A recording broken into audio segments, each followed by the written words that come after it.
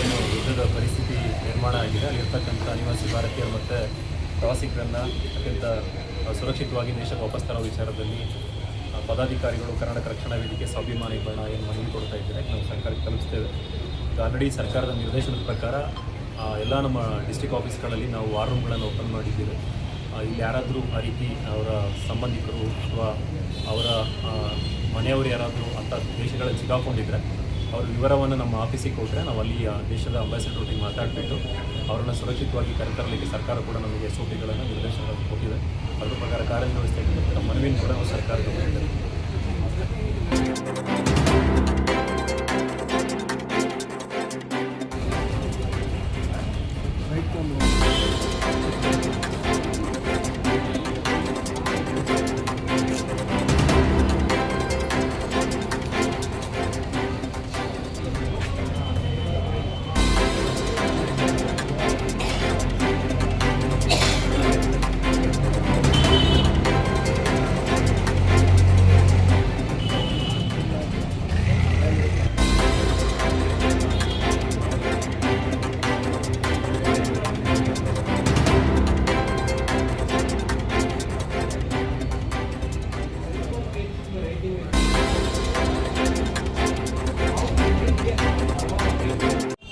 ಹೇಳು.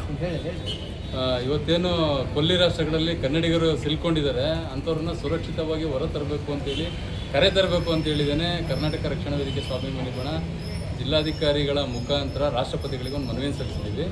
ಅಲ್ಲಿ ಕೆಲಸಕ್ಕೆ ಹೋದವರು, ಬದುಕು ಕಟ್ಕೊಳಕ್ಕೆ ಹೋದವರು, ಇಂಥವ್ರೆಲ್ಲ ಸುಮಾರು ಜನ ಪ್ರವಾಸಕ್ಕೆ ಹೋದವರು, UAE, ಅಬುದಾಬಿ, ಕತಾರು ಇಂಥ ಕಡೆ ಸಿಗಾಕೊಂಡಿರ್ತಕ್ಕಂಥ ಕನ್ನಡಿಗರನ್ನ ಸುರಕ್ಷಿತವಾಗಿ ಕರೆ ತರಬೇಕು ಅನ್ನೋ ಉದ್ದೇಶ ಇಟ್ಕೊಂಡಿರೋದು ಜಿಲ್ಲಾಧಿಕಾರಿಗಳಿಗೆ ಮನವಿಯನ್ನು ಸಲ್ಲಿಸಿದ್ದೀವಿ.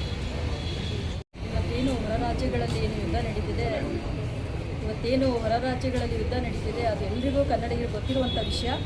ಹಾಗಾಗಿ ಇವತ್ತು ಏನು ನಾವು ಮನವಿಯನ್ನು ಕೊಡ್ತಾ ಇದ್ದೀವಿ ಅಧಿಕಾರಿಗಳಿಗೆ, ಅದಕ್ಕೆ ಸಂಬಂಧಪಟ್ಟ ಹಾಗೆ ಹೇಗೆ ನಮ್ಮ ಕನ್ನಡಿಗರು ಹೊರ ರಾಜ್ಯಗಳಲ್ಲಿ ಸಿಕ್ಕಾಕೊಂಡಿದ್ದಾರೋ ಅವರನ್ನು ಕನ್ನಡ ನಾಡಿಗೆ, ಭಾರತಕ್ಕೆ ಕರೆತರುವಂಥ ಕೆಲಸ ಮಾಡಬೇಕಾಗಿದೆ. ಅವರ ಕುಟುಂಬಗಳಿಗೆ ಸೇರಿಸುವಂಥ ಜವಾಬ್ದಾರಿಯನ್ನು ನಾವು ನೆರವೇರಿಸಬೇಕಾಗಿದೆ. ಹಾಗಾಗಿ ಸಂಬಂಧಪಟ್ಟ ಅಧಿಕಾರಿಗಳಿಗೆ ಇವತ್ತು ಕರ್ನಾಟಕ ರಕ್ಷಣಾ ವೇದಿಕೆ ಸ್ವಾಭಿಮಾನಿ ಬಣದಿಂದ ಒಂದು ಮನವಿಯನ್ನು ಸಲ್ಲಿಸ್ತಾ ಇದ್ದೀವಿ. ಕವಿತಾ, ಸ್ವಾಭಿಮಾನಿ ಬಣ ಮಹಿಳಾ ಅಧ್ಯಕ್ಷರು.